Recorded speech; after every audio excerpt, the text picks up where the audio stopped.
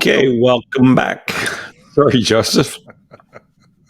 You took us out. I should have let you bring us back in. All right. Welcome back to the Nick and Joe show. I'm Joe. He's Nick. And we are happy to take your call. 613-604-6464.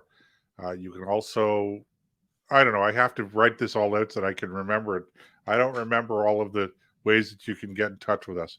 But go ahead, Nick. You I was jump just going in to here. say, if you go to video chat at btrradio.com, you can join us via the visual side. You don't have to go on camera, but you can certainly join us that way. John, we need you, John. We need you to jump in here, John. I'm here. Bail us out, John. Bail us out. All right. The number to call to be on the Nick and Joe show, 613-604-6464. From anywhere in North America, 613-604-6464. Or go to btrradio.com, click the camera icon, and you too can be world famous and stream your video on the Nick and Joe show, also available wherever you get your fine podcasts. And now, back to the Nick and Joe show. God, he's good. That was pretty. That was pretty good there, John. Whatever we're paying him, we need to give him a raise. That's right, John. We're going to double your pay. That's right. 100% pay increase. We'll make the unions look bad. Look at the two of you. These two people right here. Sainthood for these two gentlemen. It's about as close to sainthood as I'm ever going to get, pal. Anyway. Okay, I think that's it for my cigar. My eyes are starting to sting from the smoke in the studio here. You know what? Every time I see you puff on that, I think a little Rush Limbaugh all over again, because he was famous for his clouds of aromatic smoke. I have to tell you that I spent a little bit of time this week, just for the fun of it, sort of revisiting Rush Limbaugh from the early 1990s and his TV show and everything. He was excellent. Very interesting. Okay, I'm going to have to just do this with my eyes here a bit.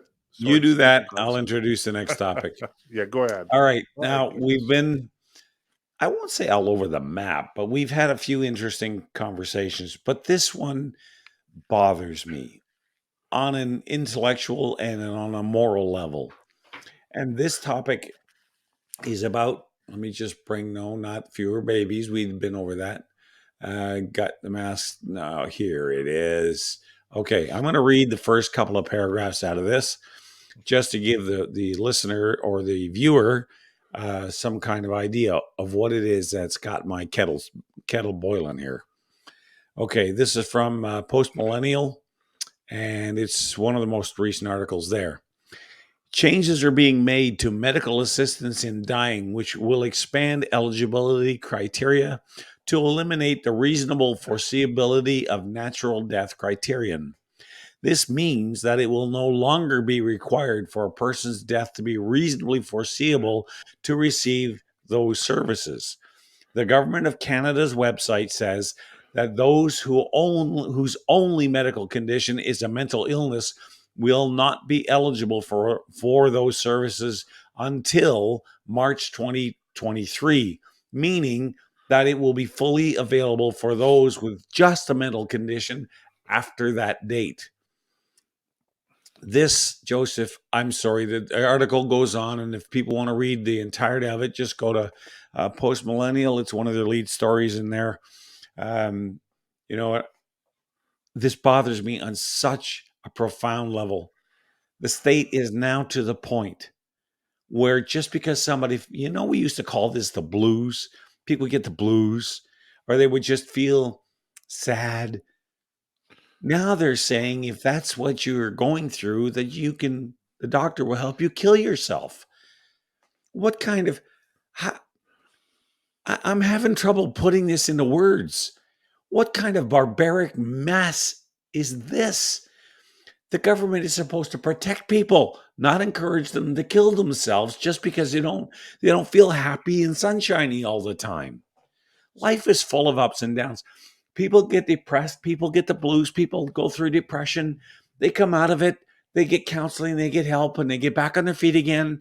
And a person let's say they live to 80 or 90 years old, might go through that cycle 4, 5, 6 times during their lives, because events, the death of a loved one, post-traumatic stress disorder from whatever reason. All these things impact people in ways that we're not, for some reason, and I'm not going to try to assign a reason, but for some reason, we don't seem to be as mentally tough as we used to be. And maybe it's nothing more than we just didn't talk about it before. And people were told to keep it to themselves. Maybe that's it.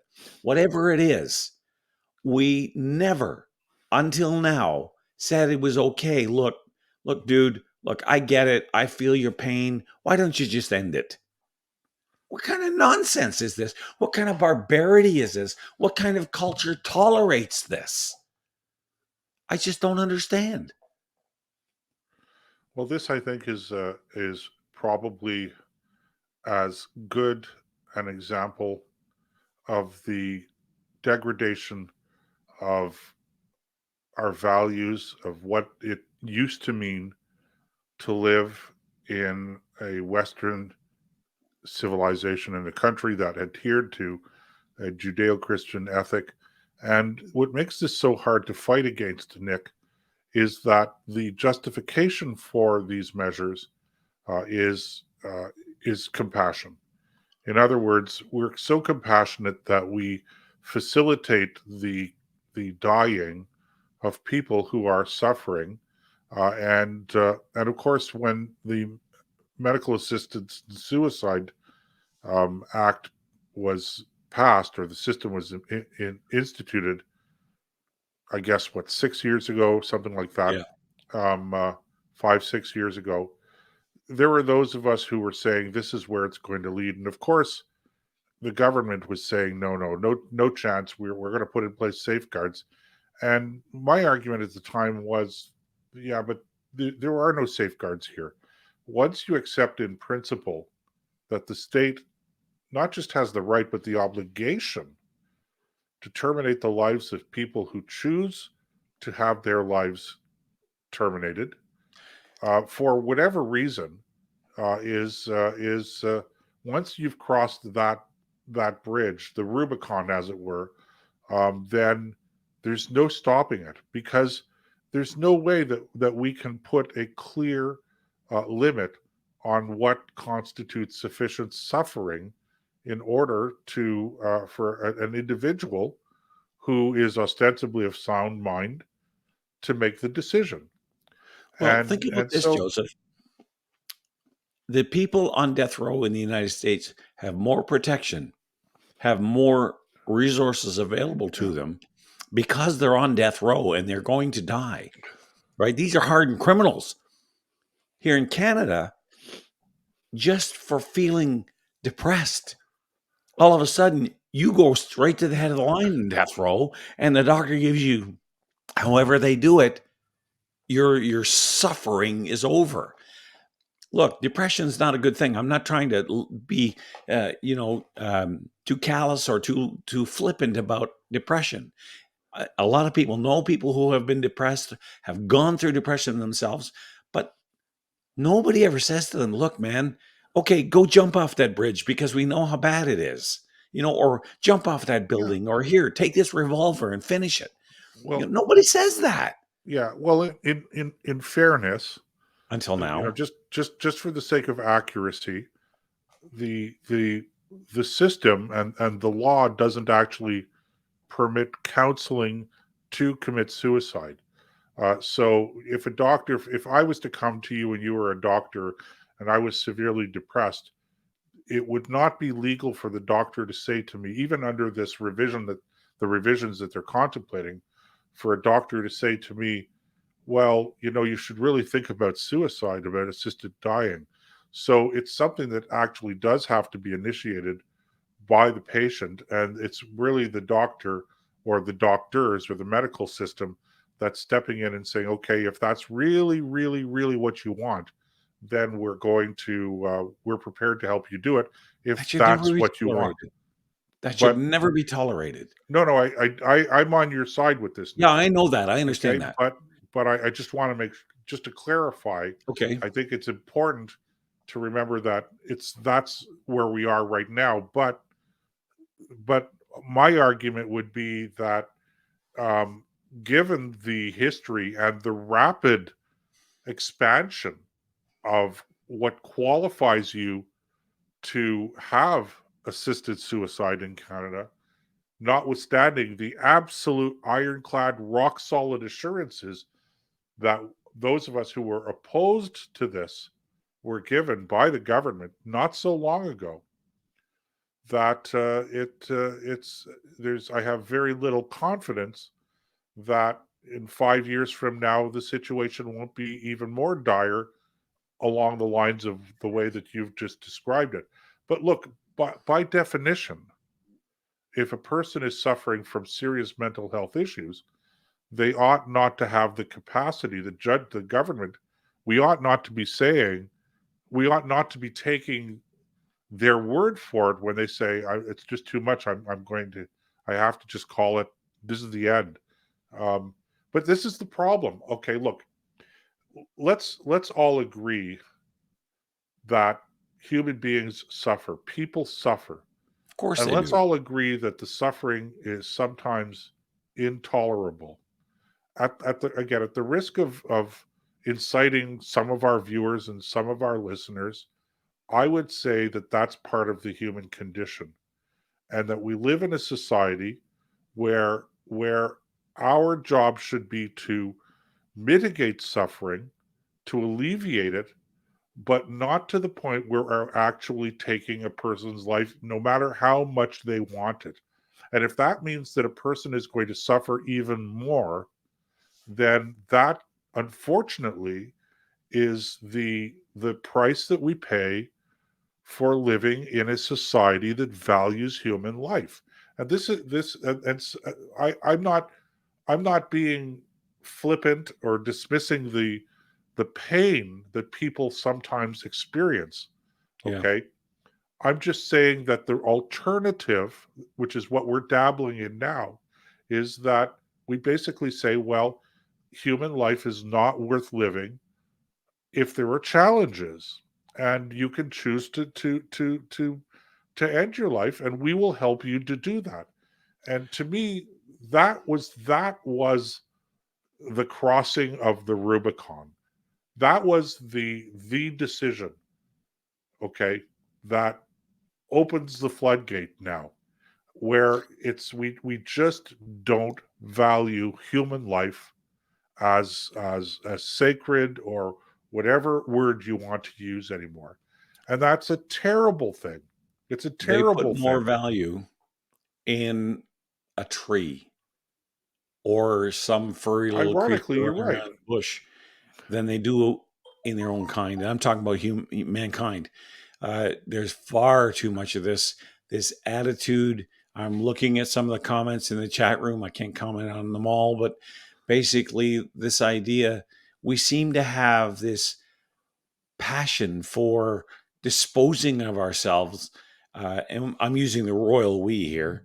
People seem to be um, delighted in unburdening the system from people, like people who are depressed, people who have different suicidal tendencies, things like that, rather than try to show real compassion and want to help them get through that and work through that. Because I believe, and I think you do too, I don't want to put words in your mouth, but I think that human beings have an intrinsic value just because they're human. And that's what separates us from animals. It's Right. why I would never go into a house. As much as I love my dog, Willie, if the house is on fire and I would have to risk my life to go in and get my dog, sorry, buddy, sucks to be you. But if there's a child in here, or my wife is in here, or another human being I've never even met, I would risk everything to go and get them because they're human. They're worth it. They have an intrinsic value animals don't. And all I see is this tendency towards this animalistic, just value, the way they look at it. It's almost like predator and prey almost.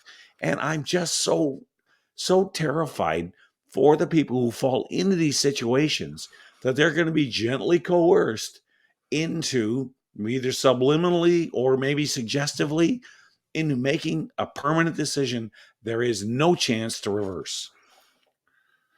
Yeah, Nick, the words escape me. I have it's it's a colossal tragedy that we have deteriorated in our society to this point.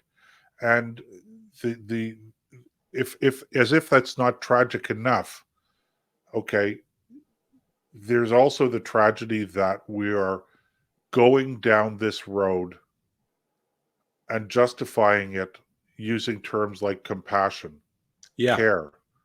I that's love them disgusting enough to on its face. to help them to die. That's Look, not love. here's the thing: is I hear the term "death with dignity" all the time around Mhm. this subject. Okay, well, there is no dignity in death. Okay, death is just it's death. Okay, it's finite. It's a scientific term. It happens to all of us. We're all mortal. And, we're not even going to get into a discussion about what happens to us after we die. There is no dignity in dying, okay? In any way, shape, or form. It doesn't matter whether it's quick or not quick. It doesn't matter whether you suffer or you don't suffer. So, this idea that we're going to pursue dignity in death, okay, and in order to achieve that, we're going to assist people in dying at the time of their choosing in a comfortable way.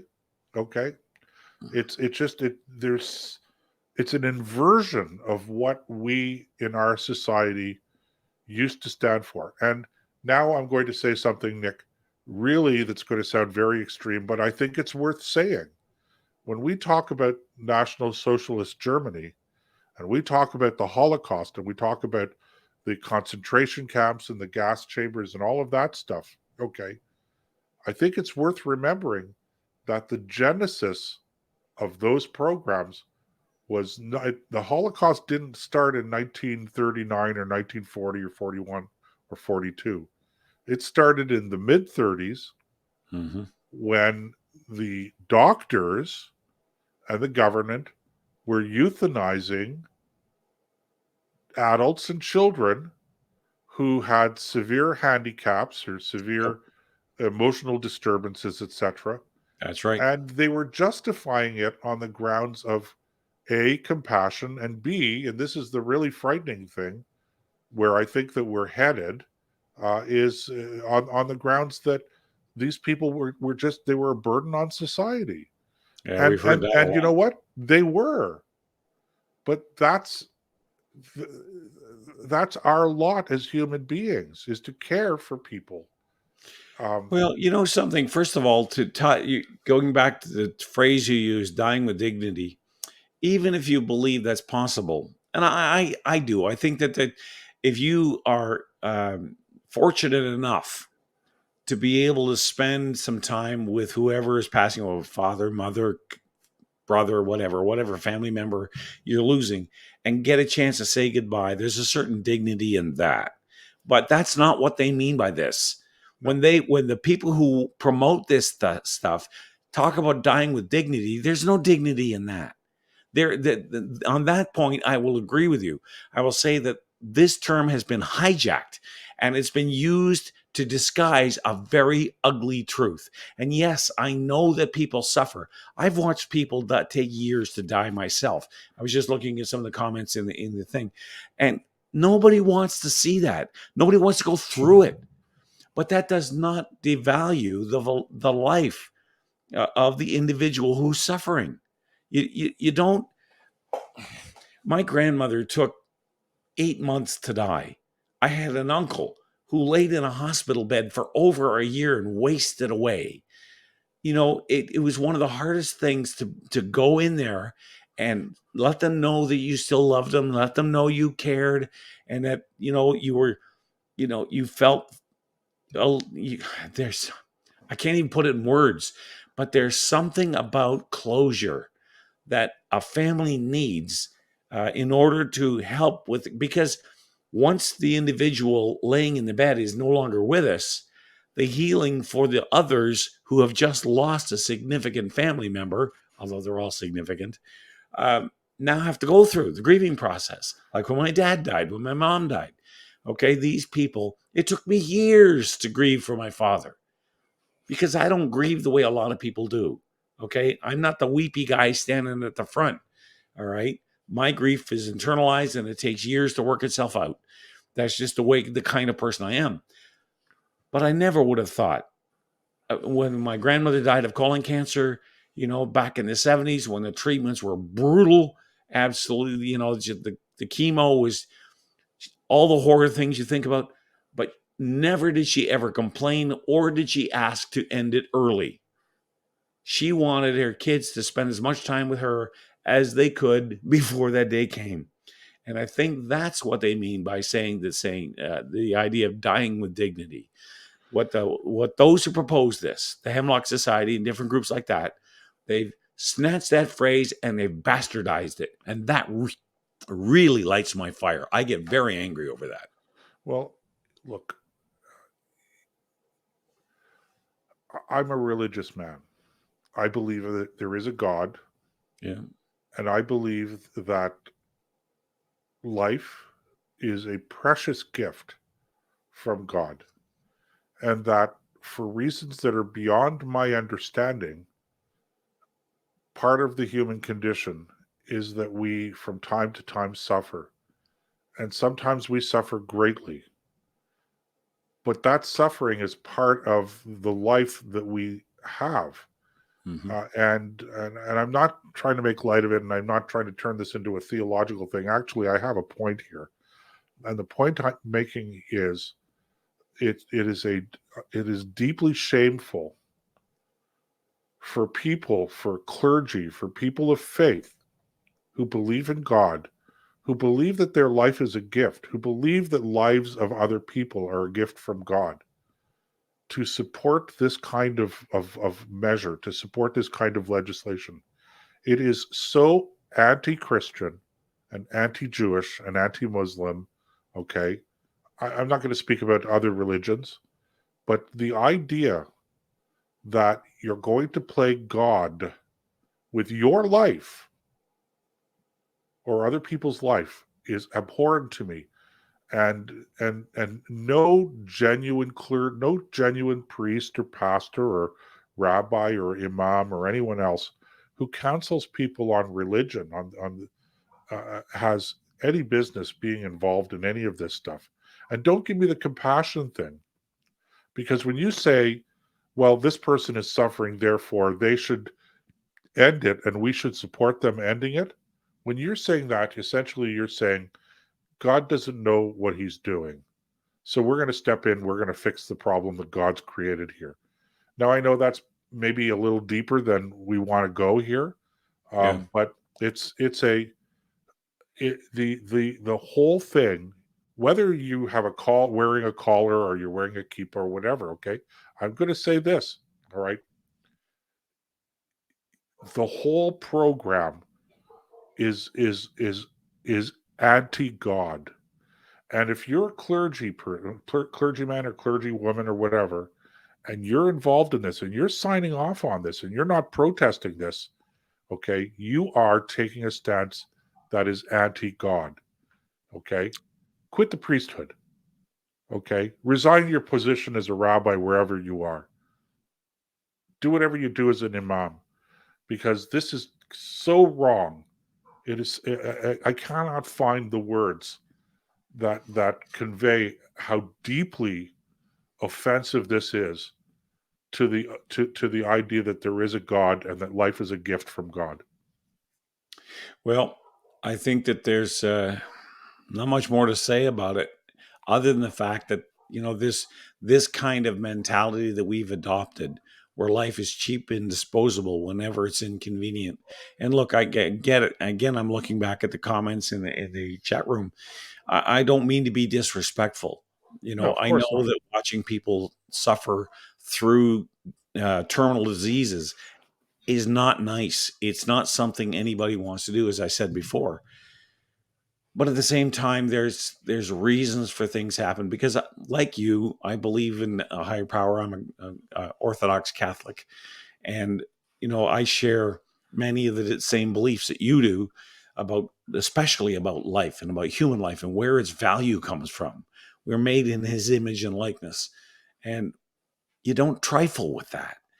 And it's something that I think if I could make one change, I would try to change the human heart so that it looked at humanity as valuable. The Right. single most, we used to say this about our kids, but it's true of all of us.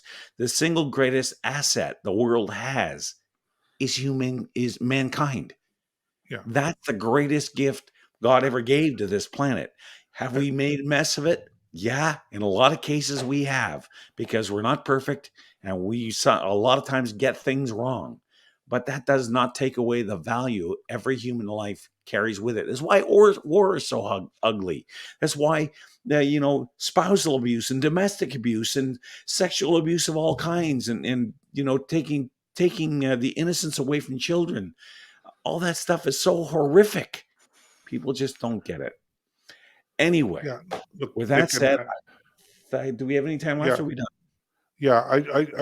I just want to make one more point here, just Sure, go very ahead. quickly before the end of the show, Nick, is that let's not present this as a false dichotomy. Okay, it's not a question of medical assisted in suicide or people suffer. There is another alternative. And the responsibility that we have as a society is to alleviate that suffering by doubling our effort to find cures for some of these incurable diseases, Or at to help least, people to deal with their pain.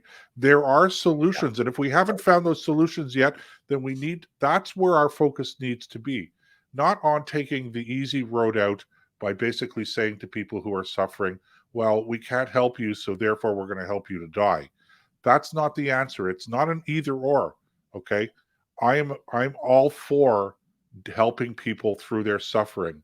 And if we haven't got the answers to help people through their suffering at this moment, that's a failing on our part, and we need to address that in that direction. all right, John wants to get a word in here just before we sign off, so I'm going to bring him No, on. I wanted it in earlier, and at this point, nothing to contribute. I think you guys had a terrific conversation there, and All right. nothing All right. further needs to I be just said. saw your note in private chat, so No, I wanted to weigh in on the depression aspect yeah. earlier on, and we'll save that for another time. All right. Well, gentlemen, as much as I hate to do this, it is time to hang it up for another night. I want to thank all the viewers and the listeners for your continued support, and please spread the word. Bring more to the party. There's always room for more in this little corner of the world. With that said, I'm going to say good night for Joseph and myself. We'll see you all again next week. In the meantime, ubi caritas et amor, Deus ibi est. Good evening, God bless. Don't let anything disturb your peace, and may you have a fair wind in a following sea.